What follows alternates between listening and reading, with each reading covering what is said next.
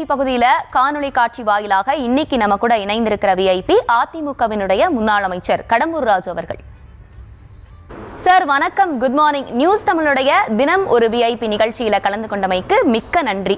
முதல்ல உங்ககிட்ட நான் கேட்கணும்னு விருப்பப்படுற கேள்வி நீங்க ஒரு ஆசிரியரா இருந்த நீங்க அதை விட்டுட்டு அரசியலுக்கு வந்தீங்க. அரசியலுக்கு வரணும்னு நினைச்ச நீங்க எதனால அதிமுகவை தேர்ந்தெடுத்தீங்க? வணக்கங்க, மிக்க மகிழ்ச்சி. நான் அடிப்படையில் முதல்ல அரசியல்வாதி. நான் 1978 என்னுடைய 17 வயதிலிருந்து அனைத்து இந்திய அண்ணா திராவிட முன்னேற்ற கழகத்தில் தொடர்ந்து 50 ஆண்டுகளாக பணியாற்றி வருகிறேன். இடைப்பட்ட காலத்தில் தான் என்னுடைய சொந்த பள்ளியான என்னுடைய தாய் தந்தையர் 2 பெற்றோர்கள் 2 பேர் ஆசிரியர்கள். அவர்களுடைய முன்னோர்கள் 1913 கிட்டத்தட்ட 112 ஆண்டுகள் பழம்பெருமை வாய்ந்த ஒரு பள்ளியை துவக்கினாங்க. அந்த பள்ளி இன்றைக்கு செயல்பட்டு இருக்கிறது. ஒரு சந்தர்ப்ப சூழ்நிலை காரணமாக இடையில் 89 என்று நிற்கின்ற நான் ஆசிரியர் பணிக்கு செல்ல வேண்டிய நிலை இருந்தது. அந்த பணிக்கு சென்று 10 ஆண்டுகள் அது என்னுடைய இல்லத்திலே இயங்கி வருகின்ற பள்ளி. என்னுடைய அரசு உதவி எங்களுடைய சொந்த பள்ளி.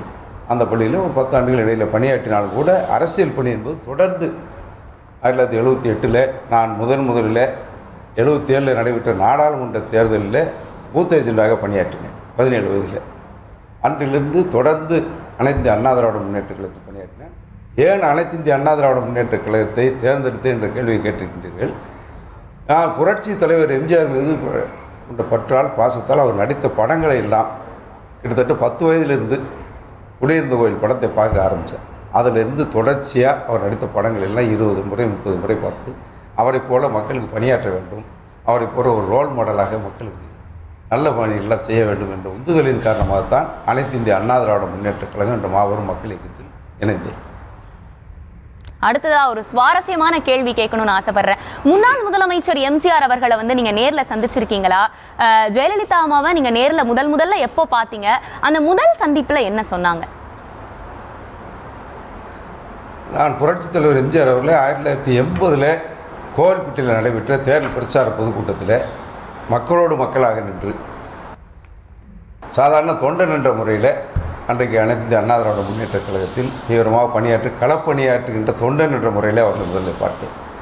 அதற்கு பிறகு 1985 நவம்பர் 15 என்னுடைய திருமணம் நடைபெற்றது. அந்த திருமண அழைப்புதலை அன்றைக்கு ஒருங்கிணைந்த மாவட்டமாக இருந்த நெல்லை மாவட்டத்தில் நாங்கள் பணியாற்றி வந்தோம். அங்கே மாவட்ட செயலாளர் இருந்த கருப்பசாமி அவர்களை அழைத்து சென்று புரட்சி தலைவரை டி நகர் அலுவலகத்தில் வைத்து நேரடியாக என்னுடைய திருமண அழைப்புதலை கொடுத்தேன். உடனடியாக அவர் என்னை அந்த இடத்துல ஆசீர்வாதம் செய்தார். அது ஒரு பெரிய பாக்கியமாக கருதினேன். புரட்சி தலைவர் அம்மா அவர்களை பொறுத்தளவில் 1982 எங்களுடைய மாவட்டத்தில் திருச்செந்தூர் தொகுதியில் இடைத்தேர்தல் நடைபெற்றது. அந்த இடைத்தேர்தல் நடைபெறுகின்ற நேரத்தில் ஒரு மையத்தை எனக்கு பொறுப்பாளராக கொடுத்திருந்தார்கள். அங்கே பணியாற்றிய நேரத்தில் அம்மா அவர்களுக்கு முதல் தேர்தல் களம் அதுதான். அரசியலில் முதல் தேர்தல் களமாக அம்மா அவர்கள் கால் பதித்தது திருச்செந்தூர் தொகுதி இடைத்தேர்தலில். அந்த தேர்தலுக்கு வருகின்ற சமயத்தில் அம்மா அவர்களை சந்தித்தேன். அதற்கு பிறகு 84 நடைபெற்ற தேர்தலில் எங்களுடைய ஊருக்கு கடம்பூருக்கு அந்த கூட்டத்தை நான் தான் ஏற்பாடு செய்தேன். தேர்தல் பிரச்சாரத்துக்காக புரட்சி தலைவர் எம்ஜிஆர் அவர்கள் அமெரிக்காவில் இருந்த நேரத்தில் நாடாளுமன்ற சட்டமன்ற தேர்தல் பிரச்சாரத்திற்கு புரட்சி தலைவர் எம்ஜிஆர் அவர்களை மீண்டும் முதலமைச்சர் ஆக்குவேன் என்ற சூளுரையோடு அம்மா அவர்கள் செய்த பிரச்சாரத்தை தயார் செய்கின்ற பணியில் நான் அங்கே பங்கேற்ற நேரத்தில் அன்றைக்கு பார்த்து தொடர்ச்சியாக பல்வேறு நிலைகளிலே அம்மா அவர்களை சந்திக்கின்ற அந்த பாக்கியத்தையும் வாய்ப்பையும் நான் பெற்றேன். ரொம்ப அருமையா சொன்னீங்க. தொடர்ந்து 3 முறை கோவில்பட்டி எம்எல்ஏவா இருக்கீங்க. இதுல ஒரு முறை அமைச்சரா இருந்திருக்கீங்க. இந்த வளர்ச்சி எப்படி சாத்தியமாச்சு சார்? பிரதிபலம் எதிர்பார்க்காமல் உழைக்கின்ற தொண்டர்களை உயர்த்தி பார்க்கின்ற ஒரே இயக்கம் அனைத்து அண்ணா திராவிட முன்னேற்ற கழகம் தான்.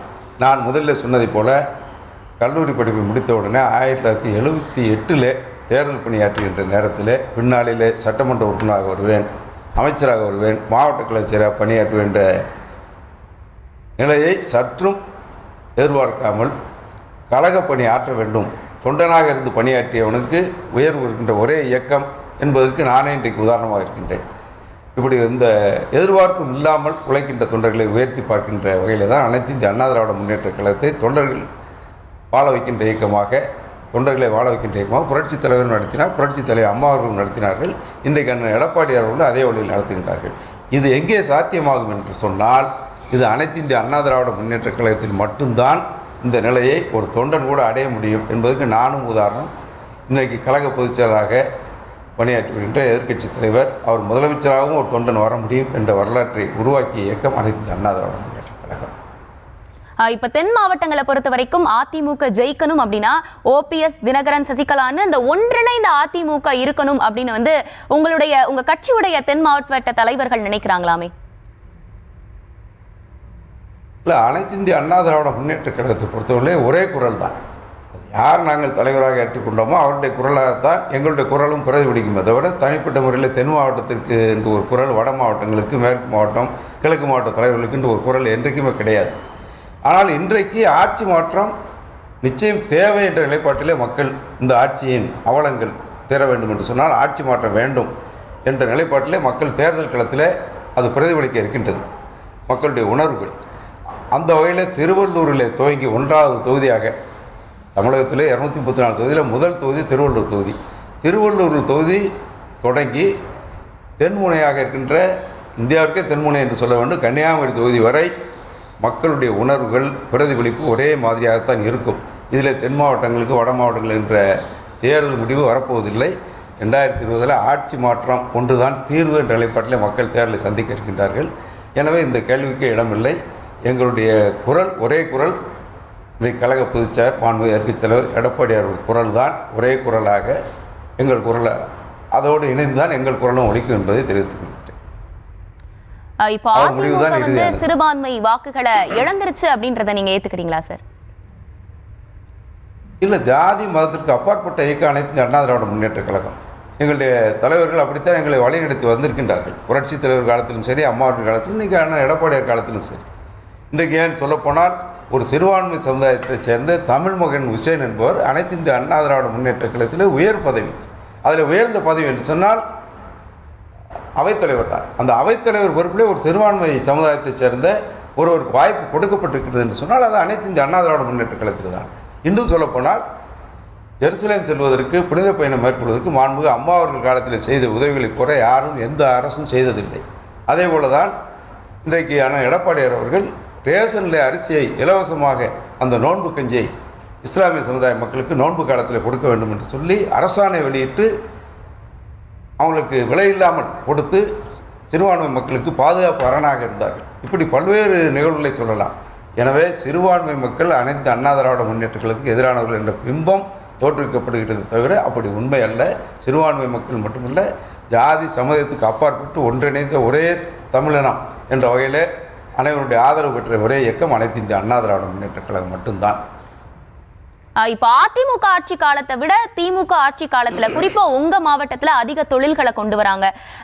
நம்ம பார்த்தோம்னா தூத்துக்குடி மாவட்டத்துல கூட கார் தொழிற்சாலை உற்பத்தியை கொண்டு வந்திருக்காங்க. இதை நீங்க வரவேற்கிறீங்களா சார்?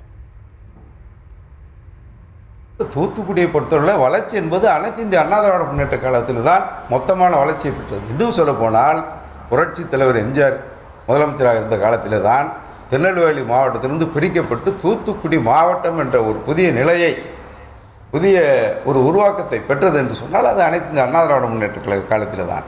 அதற்கு பிறகு இன்றைக்கு விமான நிலைய விரிவாக்கமாக இருந்தாலும் சரி, துறைமுக விரிவாக்கமாக இருந்தாலும் சரி, அனைத்தும் எங்களுடைய ஆட்சி காலத்தில் அண்ணன் எடப்பாடியார் முதலமைச்சராக இருந்த நேரத்தில் 750 ஏக்கர் தூத்துக்குடி விமான நிலைய விரிவாக்கத்திற்கு 2019ஆம் ஆண்டு அங்கே எடுத்து கொடுக்கப்பட்டது. நிலம் கையகப்படுத்தப்பட்டு அதன் விளைவாகத்தான் இன்றைக்கு தூத்துக்குடி மாண்புமிகு பிரதமர் மோடி அவர்கள் நேரடியாக திறந்து வைத்தார்கள். அந்த விமான நிலையம் இன்றைக்கு சர்வதேச விமான நிலையத்துக்கு இணையாக அங்கே உருவாக்கப்பட்டிருக்கின்றது. அதே போல தான் தூத்துக்குடி துறைமுகமும் எங்களுடைய ஆட்சி காலத்தில் தான் நல்ல பல விருதுகள், உயரிய விருதுகள்லாம் பெற்றது. அது மட்டும் இல்லாமல் இன்றைக்கு உலகத்தின் பார்வையில் இருக்கக்கூடிய இஸ்ரோ குலசேகரப்பட்டினத்தில் இன்றைக்கு விரைவில் ராக்கெட் ஏவுதளத்தில் அந்த பணி நடைபெறப் போகின்றது என்ற செய்தியை கூட 2 தினங்கள் முன்பு பார்த்தேன். அதற்காக 2255 ஏக்கரை நிலம் கையகப்படுத்தி அந்த இஸ்ரோ ஏவுகணை தளம் உருவாகுவதற்கு அடிப்படையாக இருந்தது எங்களுடைய ஆட்சி. இன்னும் சொல்லிக்கொண்டே போகலாம். இன்னும் சொன்னப்போனால் தலைநகர் தூத்துக்குடிக்கு 300 கோடி ரூபாயில் 4வது பைப்லைன் திட்டம் தந்து இன்றைக்கு தினசரி குடிநீர் பெறுகின்ற நகரமாக அண்ணன் எடப்பாடியார் அவர்கள் தான் நவம்பர் 22ஆம் தேதி 2019 தூத்துக்குடியில் நேரடியாக திறந்து வைத்தார். இப்படி அதே போல் ஸ்மார்ட் சிட்டி, இன்றைக்கு தூத்துக்குடி மாநகராட்சியில் 1000 கோடி ரூபாய் அளவில் இன்றைக்கு ஸ்மார்ட் சிட்டி திட்டத்தின் மூலமாகத்தான் அத்தனை பணிகளும் நடைபெற்றிருக்கின்றது. ஆக வளர்ச்சி பணிகள் என்று எடுத்துக்கொண்டால் தூத்துக்குடி மாவட்டத்தில் அனைத்து இந்திய அண்ணா திராவிட முன்னேற்ற கழகம் இது காலத்தின் கட்டாயம். இதுபோல் 1-2 தொழில்கள் வருவது வரவேற்கத்தக்கது தான். ஆனால் ஒட்டுமொத்த வளர்ச்சி எங்களுடைய காலத்தில் தான் நடைபெற்றது என்பதை நான் மகிழ்வோடு தெரிவித்துக் கொள்கிறேன். சார், இப்போ வந்து தூத்துக்குடி நெடுஞ்சாலைத்துறை கோட்டத்தை வந்து தமிழக அரசு உங்க கோரிக்கையை ஏத்துதான் 2ஆ பிரிச்சுது. அந்த நிகழ்ச்சியில நீங்க கூட பங்கேற்றுக்கிட்டீங்க. திமுக எம்பி கனிமொழி அவர்களோட வந்து பங்கேற்றுக்கிட்டு அரசுக்கு நன்றியும் தெரிவிச்சிருந்தீங்க. இதே இது வந்து ஜெயலலிதா அம்மா இருந்திருந்தா அந்த நிகழ்ச்சியில நீங்க பங்கேற்றிருப்பீங்களா? அது நிச்சயமாக இது வந்து அவங்களுடைய நிகழ்ச்சி அல்ல. திராவிட முன்னேற்ற கழகத்துக்கு வந்து சொந்தமான நிகழ்ச்சி அல்ல. இதே போல் நாடாளுமன்ற உறுப்பினர் திருமதி கனிமொழி அவர்கள் நாடாளுமன்ற உறுப்பினர் இருக்கின்றார். நான் இங்கே சட்டமன்ற உறுப்பினராக என்னுடைய தொகுதியில் நடைபெறுகின்ற நிகழ்ச்சி. இதை தாண்டி நான் அவர்களோடு ஏதாவது நிகழ்ச்சியில் கலந்து கொண்டால் தான் அது கேட்கப்படக்கூடிய கேள்வியாக இருக்க வேண்டும். இந்த தொகுதியில் இது மட்டுமல்ல, இதற்கு முன்பாக ஏற்கனவே சாகித்ய அகாடமி விருதை பெற்ற ராஜநாராயணன், கீரா என்று அழைக்கப்படுகின்ற ராஜநாராயணனுடைய நினைவு மண்டபம் திறக்கப்பட்டது கோல்பீட்டில். அதில் கூட இங்கே உள்ள மாண்புமிகு அமைச்சர் அவர்கள் வந்தார்கள். இங்கே மரியாதைக்குரிய திருமதி கனிமொழி எம்பி அவர்கள் அந்த நிகழ்ச்சியில் நான் கலந்து கொண்டேன்.